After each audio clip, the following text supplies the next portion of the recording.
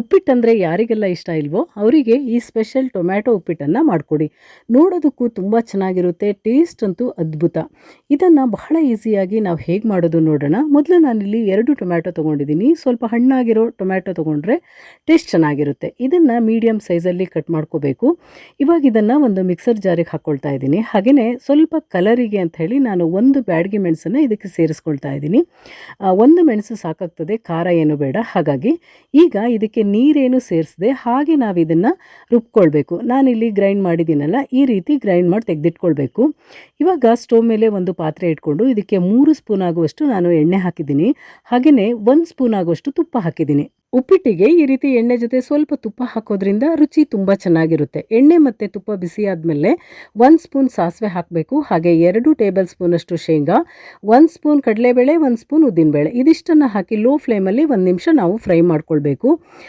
ಈ ಶೇಂಗಾ ಎಲ್ಲ ಸ್ವಲ್ಪ ಫ್ರೈ ಆದಮೇಲೆ ಇದಕ್ಕೆ ಸ್ವಲ್ಪ ಕರಿಬೇವನ್ನು ಹಾಕ್ತಾ ಇದ್ದೀನಿ. ನಾನಿಲ್ಲಿ 1 ಕಡ್ಡಿ ಆಗೋಷ್ಟು ಕರಿಬೇವು ಹಾಕಿದ್ದೀನಿ, ಸಾಕಾಗ್ತದೆ. ಇದನ್ನು ಕೂಡ ಫ್ರೈ ಮಾಡಿಕೊಂಡು ಒಂದು ಚಿಕ್ಕದಾಗಿ ಹೆಚ್ಚಿರೋ ಈರುಳ್ಳಿನ ಹಾಕ್ತಾ ಇದ್ದೀನಿ. ಈರುಳ್ಳಿ ಹಾಕಿದ ಮೇಲೆ ನಮಗೆ ಖಾರಕ್ಕೆ ಬೇಕಾಗುವಷ್ಟು ಹಸಿಮೆಣಸನ್ನು ಹಾಕಬೇಕು. ಹಾಗೆಯೇ ಸ್ವಲ್ಪ ಬೀನ್ಸ್ ಮತ್ತು ಕ್ಯಾರೆಟನ್ನು ಚಿಕ್ಕದಾಗಿ ಕಟ್ ಮಾಡಿ ಸೇರಿಸಿದ್ದೀನಿ ನಾನಿಲ್ಲಿ. ತರಕಾರಿಗಳು ಬೇರೆ ಯಾವುದನ್ನು ಬೇಕಾದರೂ ಈ ಉಪ್ಪಿಟ್ಟಿಗೆ ಸೇರಿಸ್ಕೊಳ್ಬಹುದು. ನಾನಿಲ್ಲಿ ಬೀನ್ಸ್ ಮತ್ತು ಕ್ಯಾರೆಟ್ ಅಷ್ಟೇ ಸೇರಿಸಿದ್ದೀನಿ. ಈಗ ಹಸಿಮೆಣಸನ್ನು ನಾನಿಲ್ಲಿ 2 ಸೇರಿಸಿದ್ದೀನಿ. ಖಾರ ಸ್ವಲ್ಪ ಜಾಸ್ತಿ ಬೇಕು ಅಂತ ಹೇಳಿದರೆ ಇನ್ನೂ 1 ಮೆಣಸನ್ನು ಜಾಸ್ತಿ ತೊಗೊಳ್ಬೋದು. ಇದು 2-3 ನಿಮಿಷ ಇದೇ ರೀತಿ ಎಣ್ಣೆಯಲ್ಲಿ ಫ್ರೈ ಮಾಡ್ಕೊಳ್ಬೇಕು ನಾವು. ಬೀನ್ಸ್ ಮತ್ತು ಕ್ಯಾರೆಟ್ ಸಾಫ್ಟ್ ಆಗಬೇಕು. ಅದಾದಮೇಲೆ ನಾವು ಟೊಮ್ಯಾಟೊನ ಗ್ರೈಂಡ್ ಮಾಡಿ ಇಟ್ಕೊಂಡಿದ್ದೀವಲ್ಲ, ಅದನ್ನು ಸೇರಿಸ್ಕೊಳ್ಬೇಕು. ನಾವು ಹಸಿಯಾಗಿ ಟೊಮ್ಯಾಟೊನ ರುಬ್ಬಿರೋದ್ರಿಂದ ಅದು ಎಣ್ಣೆಯಲ್ಲಿ ಈ ರೀತಿ 3-4 ನಿಮಿಷ ಫ್ರೈ ಆಗೋದು ತುಂಬ ಮುಖ್ಯ. ಈಗ ಹಸಿ ವಾಸನೆ ಎಲ್ಲ ಹೋಗಿದೆ ಅಂದಮೇಲೆ ನಾವು ಇದಕ್ಕೆ ನೀರು ಹಾಕಬೇಕು. ರವೆ ಎಷ್ಟು ತೊಗೊಂಡಿರ್ತೀವೋ ಅದರ 2 ಪಟ್ಟು ನೀರು ಹಾಕ್ಕೋಬೇಕಿಲ್ಲಿ. ನಾನಿಲ್ಲಿ 2 ಬೌಲ್ ಆಗುವಷ್ಟು ನೀರು ಹಾಕಿದ್ದೀನಿ. ಹಾಗೆ ರುಚಿಗೆ ತಕ್ಕಷ್ಟು ಉಪ್ಪನ್ನು ಕೂಡ ಹಾಕಿದ್ದೀನಿ. ಇದೆರಡು ಹಾಕಿದ ಮೇಲೆ ಒಂದು ಲಿಡ್ ಕ್ಲೋಸ್ ಮಾಡಿ 4-5 ನಿಮಿಷ ನಾವು ಇದನ್ನು ಕುದಿಸ್ಕೊಳ್ಬೇಕು.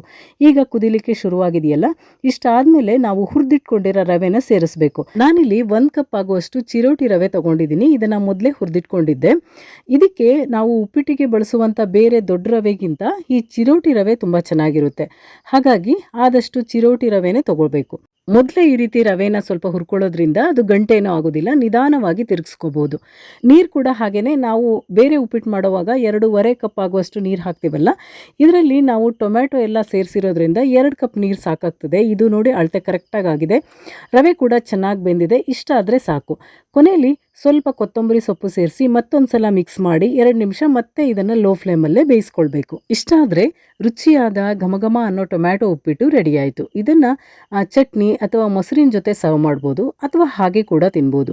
ಮನೇಲಿ ಯಾವಾಗಲೂ ಒಂದೇ ರೀತಿ ಉಪ್ಪಿಟ್ಟು ಮಾಡ್ಕೊಳ್ಳೋದಕ್ಕಿಂತ ಈ ರೀತಿ ಸ್ವಲ್ಪ ಡಿಫ್ರೆಂಟ್ ಆಗಿ ಟ್ರೈ ಮಾಡಿ. ರುಚಿ ಮಾತ್ರ ಅಲ್ಲ, ನೋಡೋದಕ್ಕೆ ಕೂಡ ತುಂಬ ಚೆನ್ನಾಗಿರುತ್ತೆ ಇದು. ನಾನು ಮೊದಲೇ ಹೇಳ್ದಾಗೆ ಉಪ್ಪಿಟ್ಟು ಅಂದರೆ ಯಾರಿಗೆಲ್ಲ ಇಷ್ಟ ಇಲ್ವೋ ಅವರಿಗೆ ಖಂಡಿತ ಈ ಟೊಮ್ಯಾಟೊ ಉಪ್ಪಿಟ್ಟನ್ನು ಮಾಡಿಕೊಡಿ. ಹಾಗೆಯೇ ನಿಮಗೆ ಈ ರೆಸಿಪಿ ಇಷ್ಟ ಆಗಿದ್ರೆ ವಿಡಿಯೋನ ಶೇರ್ ಮಾಡೋದನ್ನು ಮರಿಬೇಡಿ. ಇನ್ನೊಂದಿಷ್ಟು ಹೊಸ ಹೊಸ ವಿಷಯಗಳ ಜೊತೆ ಸಿಗೋಣ. ಶುಭವಾಗಲಿ. ನಮಸ್ಕಾರ.